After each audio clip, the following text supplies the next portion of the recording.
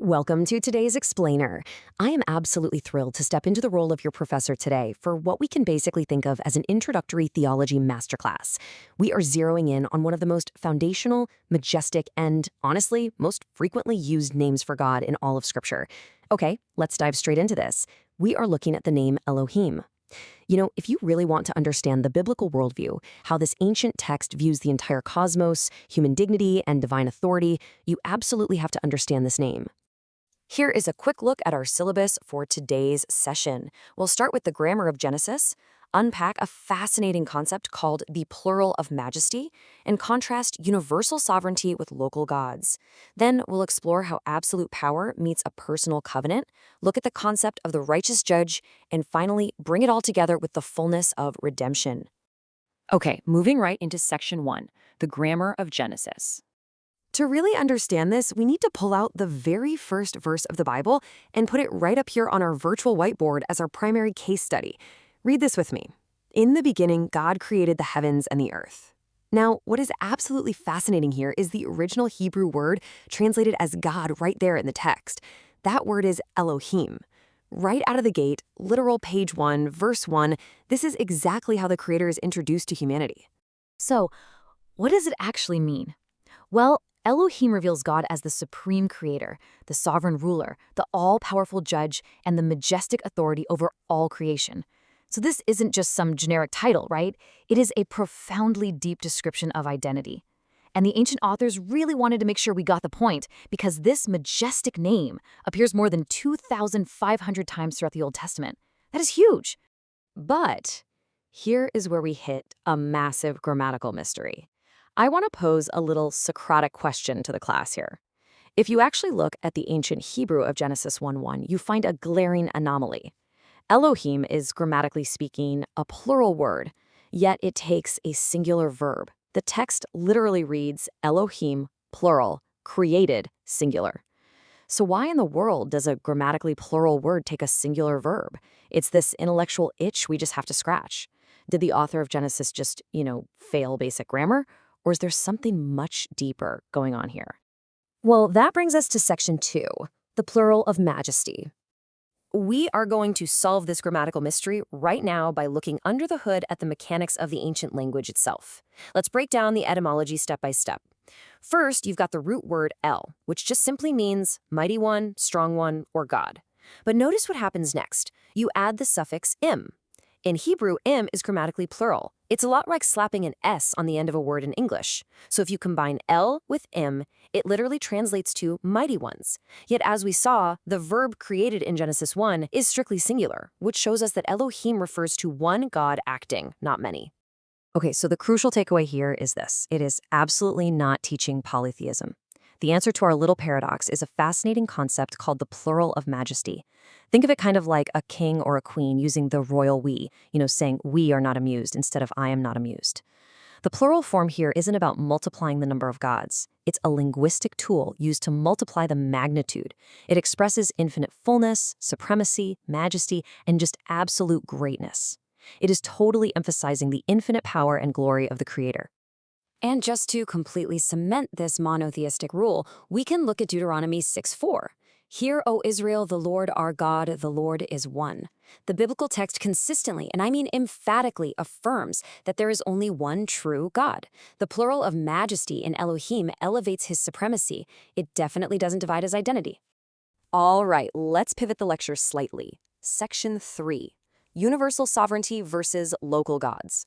To really appreciate how incredibly revolutionary this concept of Elohim was, we have to place this singular, majestic God against the cultural backdrop of the ancient Near Eastern world. You see, the ancient nations surrounding Israel worshipped a massive pantheon of deities. But these ancient Near Eastern gods were largely viewed as pretty limited. They were tied to specific regions or just fragmented functions. You'd have a god just for the weather, a completely different god for fertility, another one for war. You get the idea.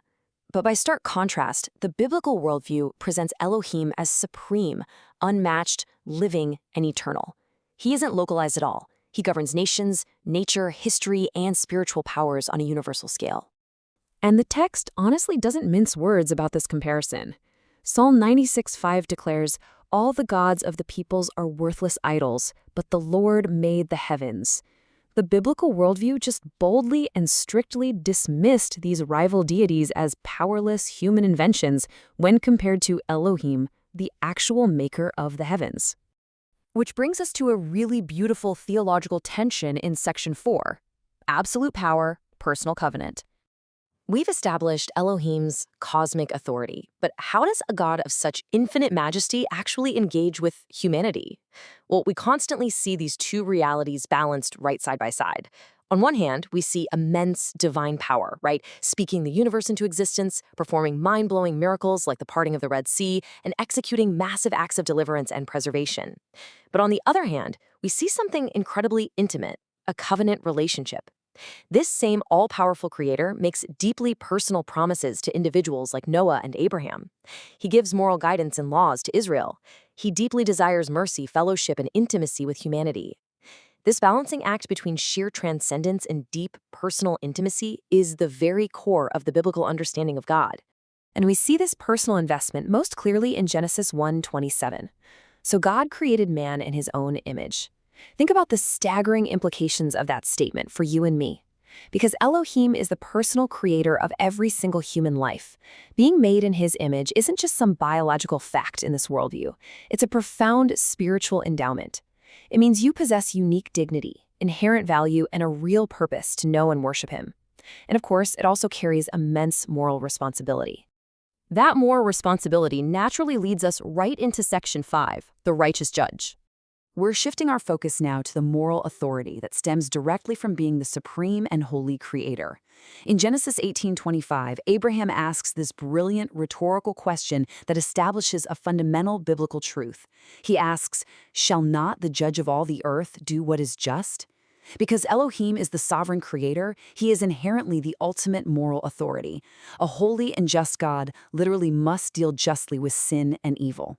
God's judgments uniquely reveal several things about his character. They show his uncompromising holiness, his absolute righteousness, and his supreme moral authority. But, and this brilliantly illustrates the complexity of Elohim we've been talking about, Scripture always balances this with his deep mercy and patience.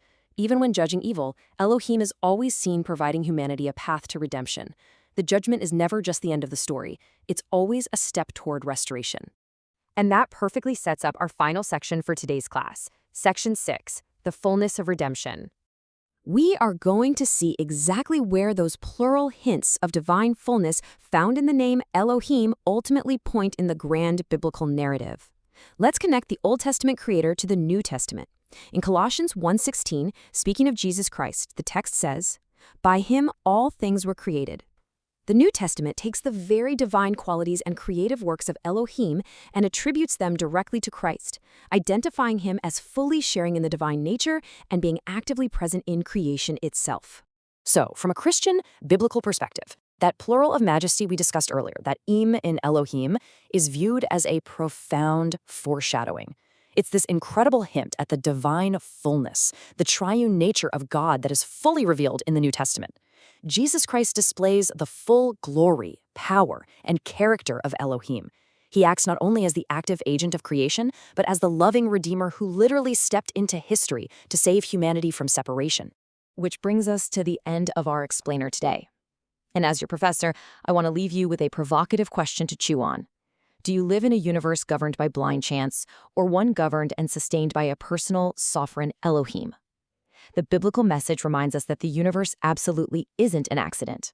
Understanding the name Elohim changes how you view power, purpose, and your very own existence. It challenges us to reflect on the ultimate difference it makes to trust in the living God of the text. Thank you so much for joining me in class today. Keep seeking truth, and I'll see you in the next explainer.